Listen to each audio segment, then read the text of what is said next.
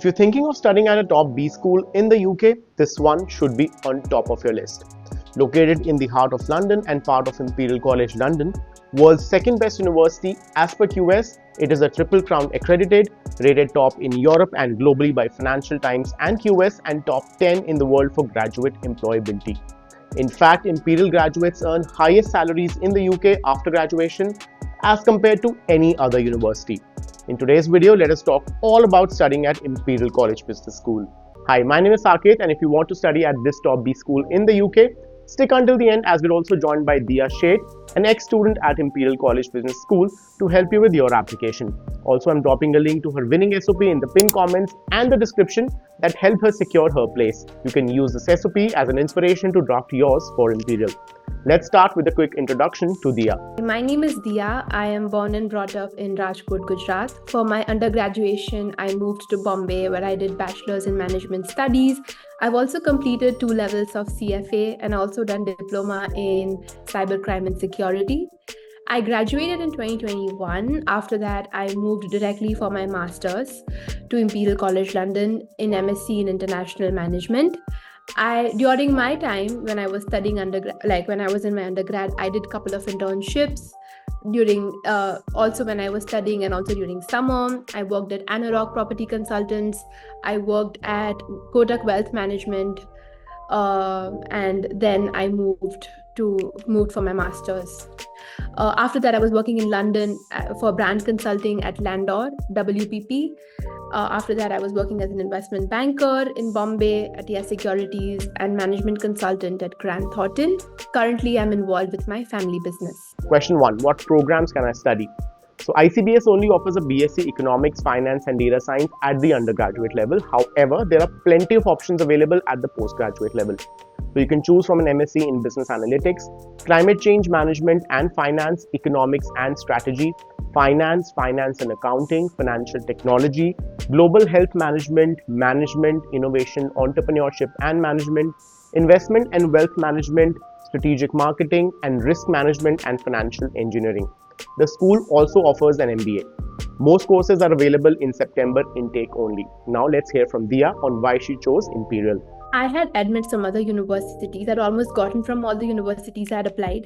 I got into the LSE Global Masters in Management, which was the 2-year program. I got into UCL, I got into Imperial, I got into for the Masters in Management, that's the course I was applying for, Warwick Business School, and also in States I had applied for MSc Finance and MSc Business Analytics, but that was a little confusion I had back then.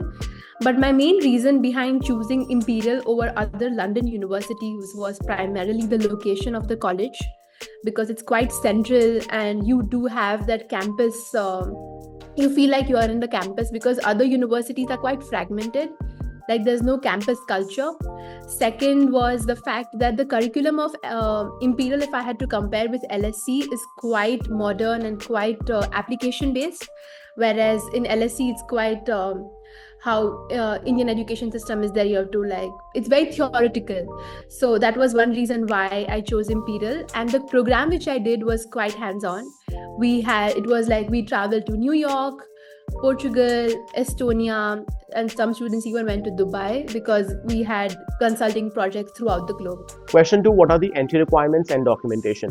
For UG, 90 to 92% minimum is required in 12th grade, 7 in IELTS with 6.5 in each, and test of mathematics for university admission or TMUA.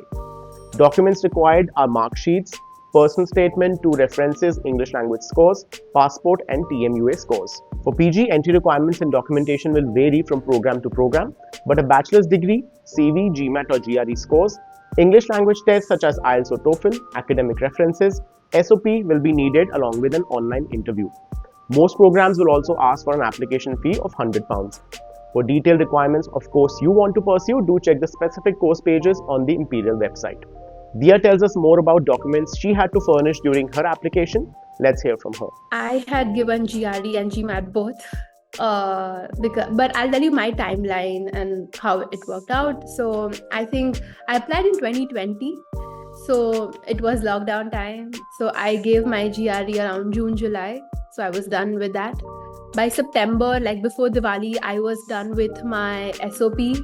because I think one standard SOP that you make which can be used for various colleges, but my main SOP was done by September. By October, November, I had my LORs in check, like I've spoken to my professors and they had submitted to the universities I was applying.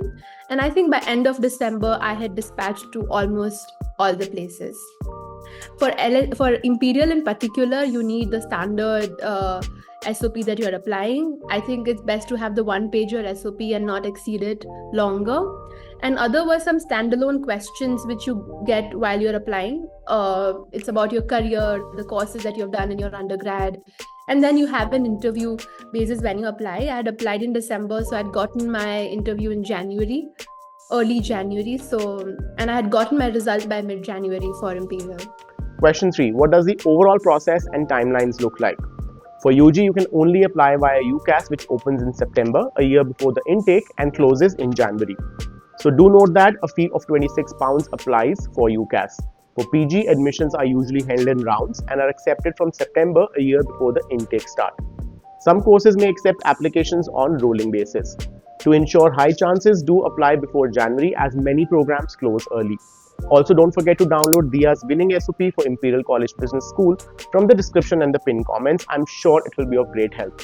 Now, also let's hear from her more on her application timelines and experience. Let me clarify first that for masters, it's an early degree, especially the masters in management compared to MBA is an early degree which you get, because in here you may have zero to like a few years of work experience, while for MBA you need solid work experience. So for this particular course, if you're going for masters in management, I think the preparation begins after your 12th grade, because your internships, your marks, like at least your GPA, everything is important. Your research papers, like what you have done throughout the course of your college.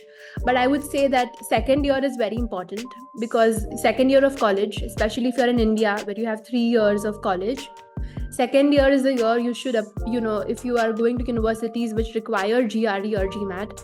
I had given my almost 6 to 7 months of my second year to prepare for GRE exam, because in that way, if you want to give another attempt or you're not happy with the scores, you have that flexibility to give, in your first term of your third year, because then you'll also have to study for your third year in college. And I think that was one thing that really helped me, because I was super sure from first year of college that I want to go abroad, especially London. Like, I had spoken to all my professors that I need LORs, and my SOP drafts were like being made from June. So by that time, I was ready with my final draft. Question 4. What are the tuition fee, living costs, and if there are any scholarships? So the tuition fee for UG program is 40,000 GBP per year, which is around 40 lakh rupees. For PG, a master's will average around 36,000 pounds for the full course, or 36 lakh rupees. MBA will cost 73,000 pounds or 73 lakh rupees. As per living, expect to set aside 15,000 pounds per annum or 15 lakh rupees. ICBS also offers a range of scholarships worth 5,000, 10,000 and 20,000 pounds. Now let's ask Diya more on tuition fee, living costs and more. So my thing was somewhere between 29 to 31. I don't particularly remember, but this was the tuition fees. And I stayed in Chelsea, which is 10 minutes walking from Imperial, South Ken. So South Ken in general is a very expensive area to stay in because of the royal family, and in general, like around Hyde Park, it's quite expensive. But Imperial does have its for postgraduate students, they don't have a student accommodation, but they have tie-up with GradPad where a lot of students stay. So at least in my time, we used to get between 900 pounds to 1,500-1,600 pounds, depending on what your budget is. You would find all sort of accommodation. And they had direct bus which used to pick up students and used to drop exactly outside Imperial, and the tube as well. So the connectivity was really great. But if you're looking for something in South Ken, a shared accommodation with a bunch of your cohort friends, that would be great. Because some of my friends, I think 2-3 of the girls used to stay together. They had taken a place right walking opposite to Imperial, and majority of us used to hang out there. So I think that was that you can adjust. If you're sharing the room, it can be around 1,000-1,100, or if you're getting the full room, I think right now it'd be 1,500, depending on if it's ensuite or it's not ensuite, etc. So that was for today's video. Let me know which other university you would like me to cover in the next one. And before you leave, don't forget to download Diya's SOP from the pinned comments or description. Thank you for watching, and let us catch up in the next one.